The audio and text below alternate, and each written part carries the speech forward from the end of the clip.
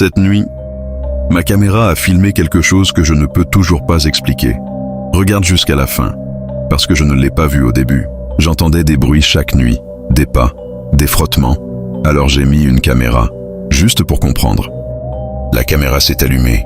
Tout semblait normal. Trop normal. Et c'est souvent là que ça commence. Je me suis couché en pensant que j'allais enfin dormir. La chambre était silencieuse, la caméra filmait. Et moi, j'attendais. Au début, rien. Juste le silence. Puis ma respiration. Puis ce détail que je n'ai pas vu tout de suite. Je dormais à moitié.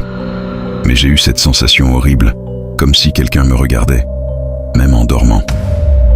Regarde bien le coin à gauche. Là, tout au fond.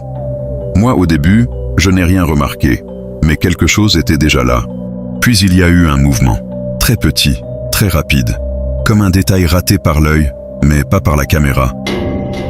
Je n'étais pas sûr d'avoir vu quelque chose. Alors j'ai mis pause. Et là, j'ai compris. Il y avait bien une forme. J'ai relu la scène plusieurs fois. La forme penchait au-dessus de moi, pas comme un voleur, comme quelqu'un qui observait un corps endormi. J'ai regardé l'écran en boucle. Encore, encore. Et plus je zoomais, plus le détail devenait impossible à nier.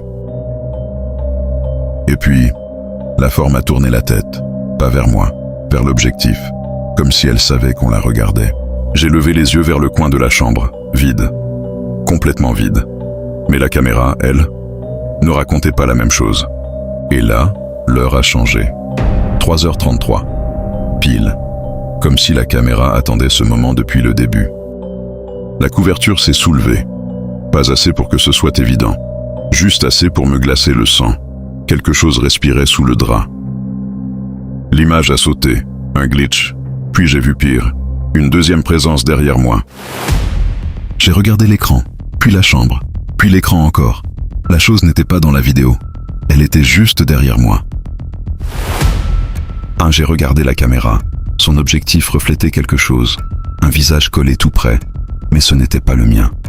La lumière a vacillé. Puis le silence s'est cassé. J'ai reculé. Je n'avais plus envie de savoir. Je pensais avoir trouvé la réponse. Mais au lieu de ça, la chambre s'est ouverte. Et la chose m'a enfin regardé, directement. Sur l'écran, elle avançait. Dans la vraie chambre, la porte s'ouvrait aussi. Les deux choses suivaient le même rythme. Et ça, c'était impossible.